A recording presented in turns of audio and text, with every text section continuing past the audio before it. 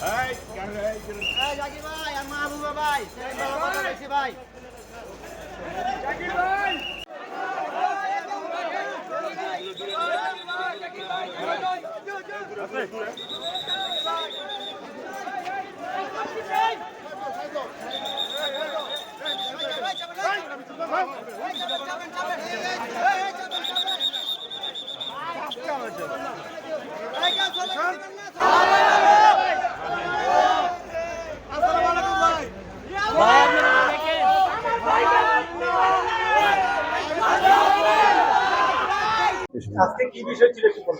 আজকে সাব্বির আলম খন্দকার হত্যা মামলা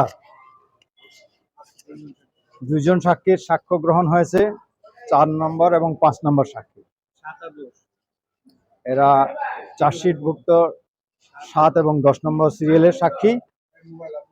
একজন সাব্বির আলম খন্দকার সাহেবের বোন, আপন বোন, এবং তিনি প্রত্যক্ষদর্শী এই ঘটনার কথা বলছেন, কিন্তু ওনার সাক্ষীর মধ্যে কে, কারা, কিভাবে তাকে গুলি করেছে বা হত্যা করেছে সে কথা উনি বলতে পারেননি। আমরা এই বিষয়ে জাকির খানের নামও বলেন নাই, এই বিষয়ে আমরা জেরা করেছি।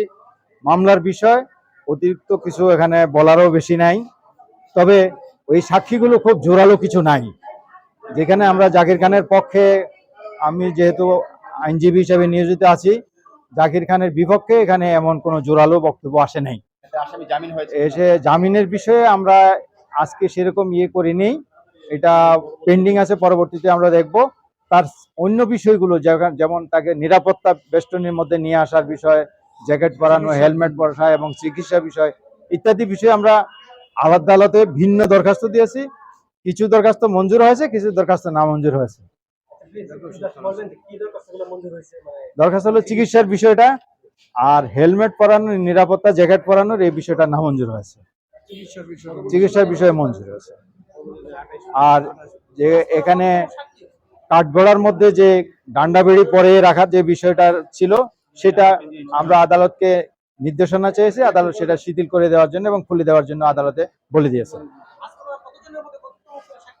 54 জন সাক্ষীর মধ্যে আজকে পর্যন্ত 5 জন সাক্ষী হয়েছে। এই 5 জনের মধ্যে থেকে আমরা এখনো গুরুত্বপূর্ণ কোনো কিছু পাইনি। জাকির খানের বিরুদ্ধে কেউ সরাসরি কোনো সাক্ষ্য বলতে পারিনি, এবং আমরা মনে করি হয়তো ইনশাআল্লাহ আমরা খালাস পাবো।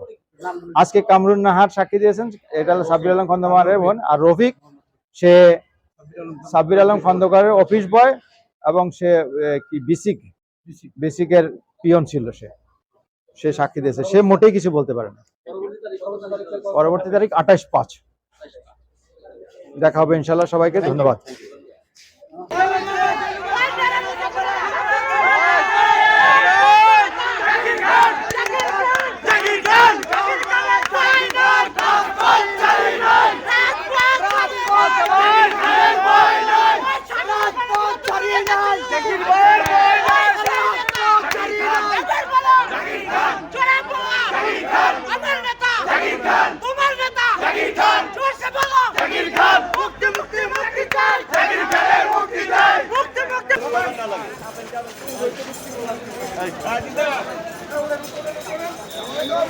Hey!